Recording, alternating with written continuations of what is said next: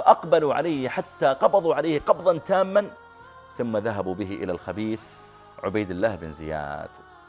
أول ما وقفوا أمام عبيد الله بن زياد، انظر كيف حصل الموقف. طبعا جاء محمد ابن الأشعث ومعه عبيد الله بن زياد، معه عفوا مسلم بن عقيل. لما كان يمشيان بكى مسلم بن عقيل، فالتفت إليه محمد بن الأشعث وقال: إن من يطلب مثل ما تطلب أنت تطلب خلافه ملك، لا يبكي إذا نزل به مثل الذي نزل بك. فقال مسلم: إني والله لا أبكي لنفسي، وما لها من القتل أرثي. أنا ما همني أموت وما أموت، وإن كنت لم أحب لها القتل طرفة عين، أنا ما ودي أموت، لكن والله ما أبكي على نفسي، لكني أبكي لأهل المقبلين إلى الكوفة، أبكي حسينا وآل الحسين. وخرجتني تحيي أمتها، وهناك يسابقها القدر، ومشيت تلاحظك الدنيا، وفؤاد الأمة يستعر. ثم التفت مسلم إلى محمد بن الأشعث قال: إني والله أراك ستعجز عن أماني، حتى لو قلت لك أمني وأنا في جوارك عن القتل ستعجز. أنت هذا ظالم وفاجر وسفاح عبيد الله بن زياد، إني أراك والله ستعجز عن أماني، فهل عندك خير؟ يعني ممكن تقدم لي خدمة؟ قال: نعم. قال: ابعث رجلا يبلغ رسالة إلى الحسين بن علي رضي الله عنه يخبره بالذي حصل. أرجوك ابعث أي واحد يقول للحسين وفي الطريق: لا تدخل الكوفة، 12,000 هؤلاء يعني هباء منثورة الآن وأنا وحدي، أرجوك لا تواصل مسيرك، الخطة التي كنا مخططين لها كلها فشلت، أرجوك ابعث رجلا يوصل هالكلمة فقط إلى الحسين، يقول إن ابن عقيل يقول لك إنه في أيدي القوم أسير، لا يدري أيصبح أم يمسي حتى يقتل، وهو يقول لك ارجع بأهلك ولا يغرنك أهل الكوفة، فإنهم أصحاب أبيك الذي كان يتمنى فراقهم بالموت أو القتل، إنهم قد كذبوني وكذبوك. فقال محمد بن الأشعث: والله لأفعلن ولأعلمن ابن زياد أني أمنتك، لا إن شاء الله أني سأبلغ الرسالة وأيضا سأؤمنك لن تقتل. فلما دخل طبعا ابن الأشعث دعا رجلا اسمه إياس بن العباس، قال: اذهب فأبلغ الحسين هذه الرسالة، وأعطاه راحلة وتكفل له بالقيام بأهله وداره. دخل ابن الأشعث بمسلم بن عقيل على عبيد الله بن زياد وقال: يا عبيد الله بن زياد أنا أمنت هذا الرجل. محمد بن الأشعث رئيس من رؤساء قومه وله مكان عند بن زياد. فقال الخبيث بن زياد: ما بعثناك لتؤمنه وما نقبل أمانك. شوف الخبث، يقول أصلا نحن ما بعثناك تقبض عليه، قلنا لك أمنه أعطيه الأمان.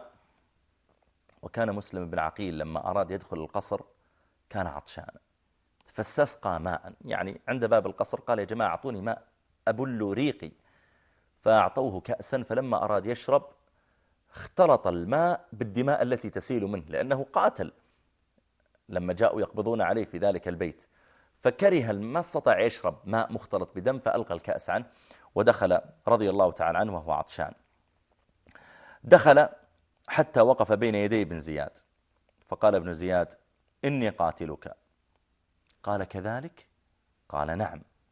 قال: فدعني أوصي إلى بعض قومي، أنا عندي وصية أرجوك قبل ما أموت دعني أبلغها. قال: أوصي.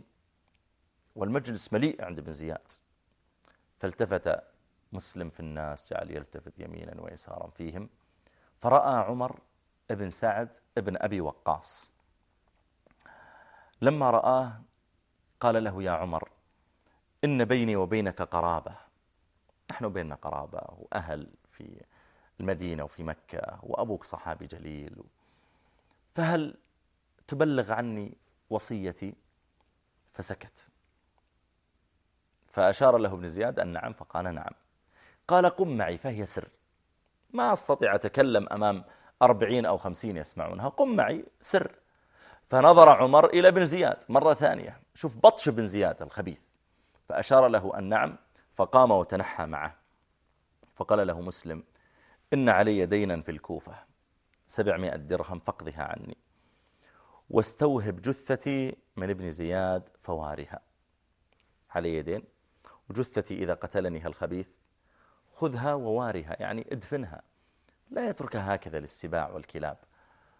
وابعث إلى الحسين ابن علي فإني قد كتبت له أن الناس معه ولا أراه إلا مقبلا، قل له يرجع. فقام عمر إلى ابن زياد وأخبره بالكلام: تسمح لي أن أفعل هذا كله؟ قال: نعم. عندها صعد بمسلم بن عقيل إلى أعلى القصر، وهو يسبح ويهلل ويستغفر ويصلي على الله، ويصلي على ملائكة الله، ويصلي على رسول الله: استغفر الله، اللهم صل على محمد وآل محمد، اللهم صل على، حتى صعدوا به أعلى القصر وهو يقول: اللهم احكم بيننا وبين قوم غرونا وخذلونا. وين 12,000 غرونا وخذلونا؟ ثم ضرب عنقه وألقي من فوق القصر وألقي الجسد وراءه. ثم جيء بهانئ ابن عروة وقتل مثل هذه. طبعا الناس الآن الذين كانوا يفكرون أن ينصروهما لما رأوا الحديد حاميا وأن القتل جاري توقفوا. المسألة يعني أرواحنا غالية علينا، ما بذلوها في سبيل الله وفي سبيل نصرة آل بيت رسول الله عليه الصلاة والسلام. قتلوا أيضا هانئ بن عروة وألقوا جثته، ثم أخذوا بعدما ألقي من أعلى القصر أخذوا الجثتين وعلقتا في السوق. طبعا المشكلة يا جماعة أن مسلم بن عقيل رضي الله تعالى عنه وأرضاه، يعني لما رأى الناس قد ثاروا وراء العواطف: ننصر آل بيت رسول الله، ننصر أصحاب النبي، ننصر الحسين بن علي، نعم لا نريد هذا الحكم، يعني مشى وراء هذه العواطف. فلما جاء الجد فإذا هذه العواطف لم تغني عنه شيئا. طبعا مضت الساعات والناس في الكوفة بدأوا يتناقلون الخبر ويرون الجثتين معلقتين في السوق. هل علم الحسين بذلك أم لم يعلم؟ كيف وصل الخبر إلى الحسين؟ ماذا فعل الحسين لما وصل إليه الخبر؟ هل رجع إلى المدينة؟ هل ذهب إلى يزيد؟ هل قاتل؟ ماذا فعل الحسين؟ وما الذي دفعه إلى أن يقاتل إن كان قاتل؟ هذا ما سنقف عليه إن شاء الله، لكن بعد هذا الفاصل القصير بإذن الله. لم تدر بأنك محصور ورعاع الكوفة قد غدر، أعطوك عهودا وثمارا وحبال الخائن منبتر، باعوكم من ثمن بخس ممحوق والعقبى سقوا. بعض الناس بلغه أن الحسين خرج، بعض الأمراء والوجهاء، فبدأوا يبعثون إلى عبيد الله بن زياد بعدما صار أميرا على الكوفة، بدأوا يبعثون إليه يعني كيف يتعامل مع هذه المشكلة. مثلا مروان بن الحكم كتب إلى ابن زياد: أما بعد فإن الحسين بن علي قد توجه إليك، وهو الحسين بن فاطمة، وفاطمة بنت رسول الله صلى الله عليه وسلم، وتالله ما أحد يسلمه الله أحب إلينا من الحسين، وإياك أن تهيج على نفسك ما لا يسده شيء ولا ينساه العامة ولا يدع ذكره، والسلام عليك. وكتب إليه عمرو بن سعيد بن العاص يقول له: أما بعد فقد توجه إليك الحسين، وفي مثلها تعتق أو تعود عبدا تسترق كما يسترق العبيد. وفي أثناء الطريق إلى الكوفة لما بدأ يقترب أكثر لقي الحسين رضي الله تعالى عنه الفرزدق الشاعر، وقد ذكرنا ذلك في اللقاء السابق. فسأله الحسين قال: ها إيش الأخبار يا فرزدق؟ ما الذي إلى الآن لم يصل إليه كتاب من مسلم بن عقيل ولا يدري أن مسلم قد استشهد إلى الآن. فقال: ها يا فرزدق ما الأخبار؟ فقال له الفرزدق: الناس يقومون معك لكن يخذلونك. قال: هذه طواميرهم معي، طوامير يعني الأوراق والكتب، توقيعاتهم، هؤلاء ناس يعني هم صادقون معي. فقال له الفرزدق: يا ابن بنت رسول الله صلى الله عليه وآله وسلم، قلوبهم معك وأنت أحب إليهم، لكن سيوف